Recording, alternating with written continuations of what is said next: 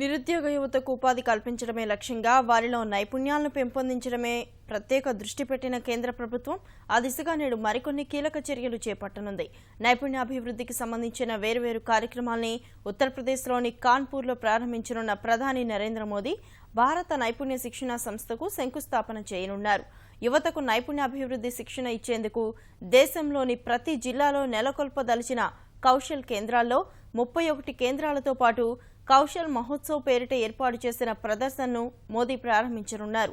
ఇదే వేదికపై జాతీయ అప్రెంటిస్షిప్ ప్రోత్సాహక కార్యక్రమం ప్రారంభం కానుంది. 1,00,000 మంది యువతకు నైపుణ్యాభివృద్ధి శిక్షణ ఇవ్వడమే లక్ష్యంగా కాన్పూర్లోని తోళ్లు వస్త్ర పరిశ్రమతో కేంద్ర నైపుణ్యాభివృద్ధి శాఖ వ్యూహాత్మక భాగస్వామ్యం కుదుర్చుకోనుంది. ఉద్యోగుల భవిష్య నిధి ఈపీఎఫ్ డిపాజిట్లపై ఈ ఆర్థిక సంవత్సరంలోనూ 8.8% వడ్డీ చెల్లించే అవకాశం ఉంది.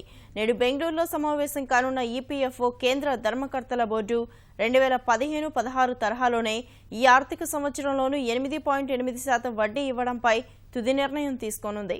8.8% వడ్డీ చెల్లింపు కారణంగా ఏర్పడే 383 కోట్ల రూపాయల లోటును గతేడాది మిగిలిన 400 కోట్లతో పూడ్చుకోవాలని ఉద్యోగుల భవిష్య నిధి సంస్థ ఈపీఎఫ్ఓ భావిస్తోంది. ఈ మేరకు వడ్డీ రేటు కొనసాగింపుపై కేంద్ర ఆర్థిక శాఖను ఒప్పించేందుకు కార్మిక శాఖ విస్తృత మంతనాలు జరుపుతున్నట్లు ఈపీఎఫ్ఓ వర్గాలు తెలిపాయి. అటు ఈపీఎఫ్ఓ ఆధ్వర్యంలోని సామాజిక భద్రతా పథకాల నుంచి లబ్ధి పొందేందుకు వేతన అర్హత పరిమితిని ప్రస్తుతం ఉన్న 15,000 నుంచి 25,000 రూపాయలకు పెంచడంపై కేంద్ర ధర్మకర్తల బోర్డు నిర్ణయం తీసుకోనుంది.